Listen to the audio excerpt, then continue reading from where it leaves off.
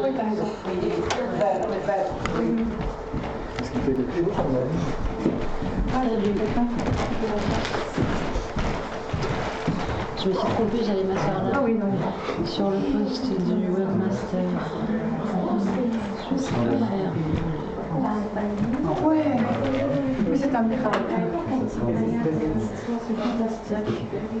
Fait en jaune. Ouais, je vous enverrai après. Faut pas vous l'aimer, là. Moi, voilà, il y en a deux. Voilà, c'est bien. Parfait, parfait. Et moi, je dis là.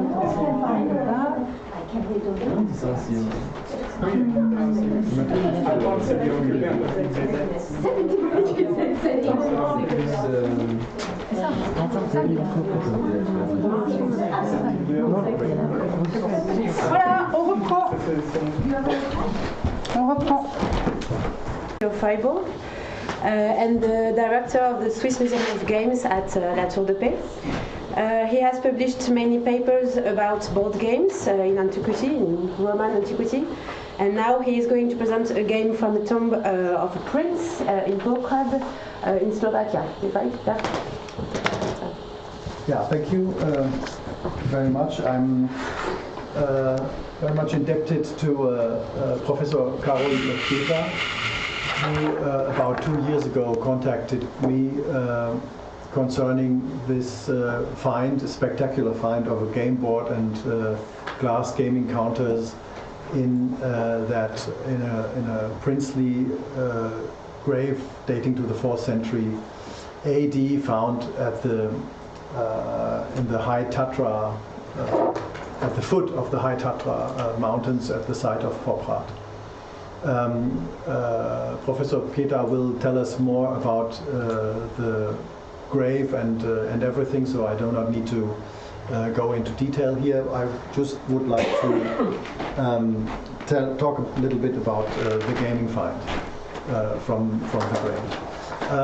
I went to Nitra, as a matter of fact, in December 2017. We visited the Marché de Noël, the Christmas market in Nitra at that time, and the snow was flying everywhere, and I had the opportunity to have a closer look and we are actually preparating the final publication of the grave, which will be in 4 volumes with all the analysis of the whole material that has been found in the grave. So this is the board. You see, the board is not very big. It has the size about 40 centimeters large, and it is nearly complete. And it is the best preserved ancient game board north of the Mediterranean. So I think there is just the famous Duodecim scripta alea find from Custul in Nubia with a complete wooden game board, and that's it. So this is the second best preserved of ancient times we have. I must, perhaps I have to add that the grave was robbed already in Antiquity, probably. So some of the material has been destroyed or taken away. And as I will show you later, it is possible that the small part that is missing here is due to the fact that there was, in ancient times, there was a bronze handle, and the robbers, the grave, they broke off the bronze handle, and this is why at this point especially there's this part missing. Otherwise, you have that board with a slide with a raised rim. It is just one plaque, wooden plaque, with a raised rim. And you have on one side of the board you have a structure of a grid of 17 squares in the long direction, and probably it's not very easy to determine exactly, 15 in the other direction. The squares are not really square, they are slightly rectangular, about 2 centimeters large and 1.5 to 1.7 high. But not very exactly. So for example, the width of the squares ranges from about 19 millimeters to 21 millimeters. This is a margin that is difficult to allow for determining the exact ancient measures they used.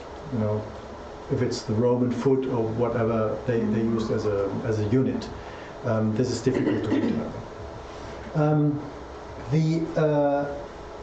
On the other side is empty. The back there's nothing. There's the same raised rim. So in theory there could be another game board in size, but it is not the case. A closer look reveals that the lines are drawn in a very straight way, so with a and there are little markings. I'm not sure this could be another slide, perhaps. And you can determine the direction in which the lines have been drawn, because there are these little points here where the instrument cut the fibers practically of the board. So it has certainly been cut from here to there in this direction. And you see slight little markings here on the rim, which could mean that at the beginning, the person who made the squares, he marked on the rim where he would draw the lines. This is a possibility, but not 100% sure. You see here these are the lines. And these are the little markings here on the rim, and this is, you see, the direction of how he cut the lines. And very thin lines. They appear darker than the wood. It is possible that they have been, as a matter of fact, colored, perhaps with graphite or something like that. This not sure. So this is the board. Then 6 glass gaming counters have been found. These are the typical glass counters you find very often in Roman contexts, also in Greek contexts already, and in Germanic contexts also. So in Germanic graves in Germany and Scandinavia and in Eastern Europe, you very often find these counters. They are of usually they are considered Roman fabric, and analyses have been made of the glass that shows that, as a matter of fact, these pieces come from somewhere in the eastern part of the Roman Empire. We have 5 black ones. They are not all of the same workmanship. There's especially one counter who's obviously has been made with applying a different technique. So they may not all come from the same workshop, but they are relatively uniform in their shape. We have 4 black counters of a practically identical size, around 11 millimeters, 7 to 11 millimeters in diameter, and a bigger one that is something more than 10 centimeters, that has the same size as the white one that has been found. So we have one big white one or slightly bigger white one slightly bigger black one, and 4 little bit smaller black counters. Counters like this, as I said, are to be found in various contexts. This is from a grave in Poland, and you see there are black counters, white ones, yellow and green. These are the usual, these are colors you find regularly or more often among these counters. I will come back to the counters later. As far as the board is concerned, I already said that having a wooden board is really exceptional. We have from different grave contexts for example, in Northern Europe, we have traces of former wooden boards, but the wood itself is practically never preserved. Very often what we find are the fittings, the metal fittings. Very often these boards have corner fittings in bronze. Sometimes they have hinges, because some of the boards were folding boards, as a matter of fact. So we find the metal hinges, we find the corners, and sometimes we find bronze handles. This is from Alton in England, for example, from a grave dating to the 2nd century. This is what has been found. Of course, there was once a board, but the wood has decayed. And the most famous one, perhaps, is the find from Stanway, where we also have the metal corners, the bronze corners, the hinges. This was a folding board, and 2 rows of stones, white and blue glass counters on both sides of the board, with the ashes of the deceased and the medical instruments on the board. And because the graves, this is why the grave is also called the doctor's grave. It's a grave of a Celtic druid from the middle of the 1st century BC. But this is what we usually find. So the wood is practically never preserved, or only in small parts. I will show some examples. This is why the find from Poprad is really exceptional, that we have a practically complete game board. This is another of the so-called Fürstengräber. Well, Poprad is certainly a part of the famous type of Fürstengräber, those princely graves of the Hasleben-Leuna group. This is a group of about 15 graves which have a similar rich, relatively rich graves with a similar objects in it that are characterized, that make up a group of graves. And one of them is Gommern. This is in Germany. You have the plan of the grave here, and beneath practically the feet of the deceased. Also glass gaming counters were found, blue ones with different shades of blue, dark blue ones, and of course metal fittings for the board and a bronze handle.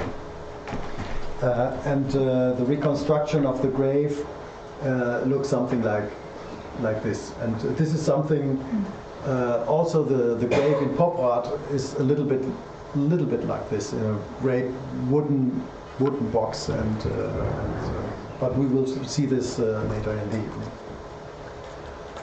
This is another interesting find in Neudorf-Bornstein, also in Germany, late antique grave, with a lot of counters in the grave. This is where the sarcophagus was, and metal fittings here of a board, metal fittings here of another board, and then you have a distribution, very characteristic distribution of counters that lying here in a line, but obviously they were not on this board because they pass over the limits of this board here. So there must have been a third board on which these counters were lying, and there you have a bronze handle So probably we have 3 boards. We do not know if all these 3 boards were game boards, but it could also be a tray, for example, to put things on top. But of course, there's at least 1 game board was there, also probably with a bronze handle. It is in parentheses. Very often, when you look up grave finds where bronze handles show up, they are usually interpreted as cista handles or box handles, something like that. But one should take the possibility into account that they also may indicate a game board, these bronze handles. This is practically never considered. This is another wonderful find of the 3rd century from Leuna in eastern Germany. There, the board also has, this is an original photograph from the excavation in the 1950s. And there, the counters, black and white counters, were lined up along the edge, one long edge of the board, always 3 white, 3 black, 3 white, 3 black. This is a reconstruction of the original position of the counters. But also glass counters, Roman glass counters, 3 black, 3 white, as we have in Poprad.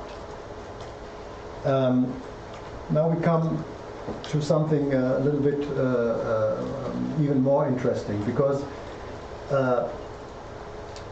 below these counters, the excavators, as a matter of fact, they found a small part of the wooden board that was still preserved. A small part, and this is this part here. And on one side, the little fragment shows the rest of 3 squares. And on the other side, it shows a half rosette. 3 petals here. These 3 petals in a half circle. And this is a motif we know that it appears very often, quite often, on Roman game boards of the Duodecim scripta and alea type, so of the Roman predecessor of backgammon. This is a very common symbol to separate the 2 rows of 6 squares. And so the board in Leuna obviously was a 2-sided game board. On one side there was a grid of squares, as for the Latrunculi game, for example, and on the other there was a Duodecim scripta. So both are Roman. So this was certainly a Roman, a board for Roman games, or even a Roman game board, in a wooden game board, and the ornament was inlaid with golden gold inlay. This was a gold inlay. This is why the fragment preserved, because it was because of the inlay. So this is a Roman board. And then perhaps the best thing to compare to the Poprad board, of course, are the finds from Vimose in Denmark. 4th century AD also, but this is not a grave find, but they have been found in the how is it called, more in English, I don't know. In the yeah, in the marécage. So this is not a context, not a real context, but they have found there. But among these finds, there are 4 fragments of game boards, and of course gaming pieces and dice. Dice of different shape. There are cubic dice, long dice, and here on the original table in the publication, there are 3 of the fragments have been drawn, and there's a 4th fragment that does not appear here. There they are also two-sided boards. We have here, I will show it, a grid, and on these two fragments we have the rest also of a duodecim scripta alea board. But they are also two-sided. So this is, again, these three fragments. And on the website of the National Museum in Denmark, you find this picture here, which is very interesting, because this fragment, for example, you see with the grid here, they placed the counters on. This is obviously the back side of this. And here you have the semicircle in the middle and some circles here. This is a duodecim scripta. And this is obviously, when you turn the board around, you find a grid. So this is also a double-sided, was a double-sided Roman game board, or board for Roman games found in Denmark. See here, with this is the typical one typical separation of the six houses. You find the same thing in Perge in Turkey. All the circles as that mark the houses, you find them on the board in Avanches, some 30 kilometers from here, and on the same table from Turkey in Aphrodisias, and on other tables also. So these are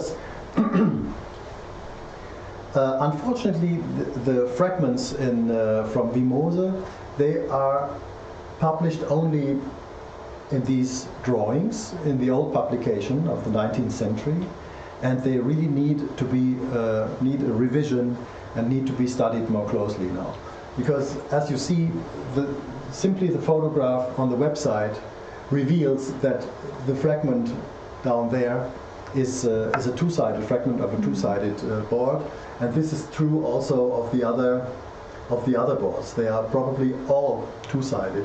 What is interesting is that they have the grids in even in Leuna. In Leuna, they think that the grid of the board was about 13 squares, something like that. And here we also have at least 13, if not 16 squares.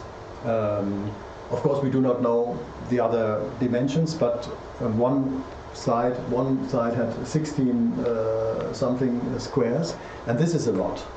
This is a lot compared to early Roman latrunculi boards. So when we find in earlier Roman contexts game boards with a grid, with an orthogonal grid, they have 7 by 8, 8 by 8, 9 by 9, 9 by 10, 10 by 10 squares, something like that. But never, as in Poprad, 15 by 17. This is really a lot. And here also, these late boards, they have a lot of squares, much more squares than the early Roman latrunculi boards, or boards that we connect with the latrunculi game, the grids. So this makes me think that these grid boards were for another game. I think they were not for latrunculi, but for another game. We do not know anything about that game, but it is certainly not the latrunculi game that was played here, also because in late antiquity we do not have any sure mention of the latrunculi game anymore. So this could be a development. And then what is also interesting, this holds true for the board, as you see, for the boards from the Vimose, but also this holds also true for the board in Poprad.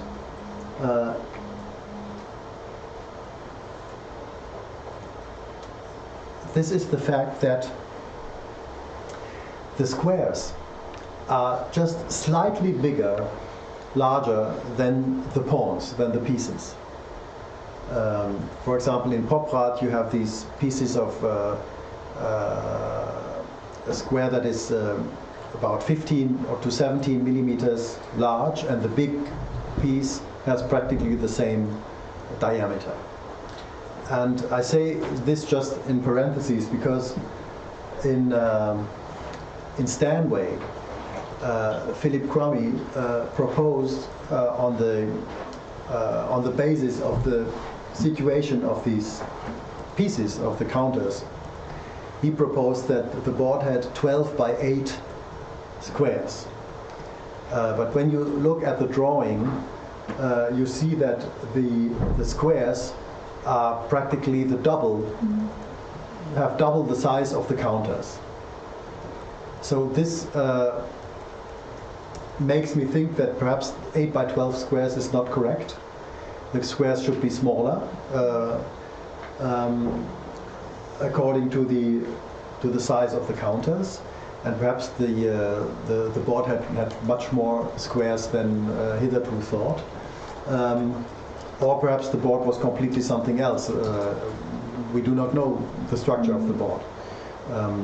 Philip Crummy, he reconstructed an 8 by 12 grid, but the rectangular dimensions and shape of the board would also speak of for a duodecim scripta board. As far as pop art is concerned, of course the problem is, can we say something about the game? And this is extremely difficult, of course. So we have a board with a grid 15 by 17 by probably 15 squares. We have 6 counters, one white, as I said, one bigger white one bigger black one, 4 smaller black ones. We cannot tell whether or not the size or the difference in size is any information about different functions of the bigger and the smaller counters. As you see here, there are also bigger and smaller counters. In Gommern, for example, the same. These counters do not all have the same diameter. They have different diameters, and so we cannot. It is difficult to say that if there was a game, whether or not there was a game where a bigger counter has a different function in the game than the smaller ones, because we do not even know the number, the overall number of counters that belong to the game board in Poprad. I think 6 counters is a very small number. It is very likely that there were more counters than 6, but we do not even know. So this is a very interesting find, which also shows how. But Karol Pieta, he will talk about this tonight. He will talk about the contacts of the buried young man to the Roman world, and all these gaming finds have always been interpreted. The gaming finds in the Hasleben-Leuna grave group. This is why they are called Fürstengräber. We think that these are obviously important people that were buried in these graves, and that the game boards with Roman counters, or sometimes even Roman games, of course they show that they had some contacts or relationship to the Roman world, in which way or ever, which way ever. So this is what I wanted to show you.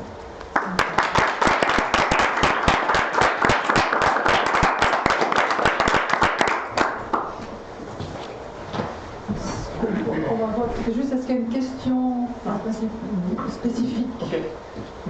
We could have a final discussion, perhaps a broader discussion after the conference of Professor Pieta. So we will have more time in Miséricorde. Only if you have one very specific that you ask now. Are there some board game found outside the limes dated in early Imperial Age, or are all late antiquity dated there? No, they are not all late antiquity, but usually they are imperial times. There's this big articles by Krüger already in the 1980s about the gaming finds in the Germania Libera, who collected the finds that have been known until 1982. So, and, started from the 2nd century. yeah. Stanway's 1st century. So when.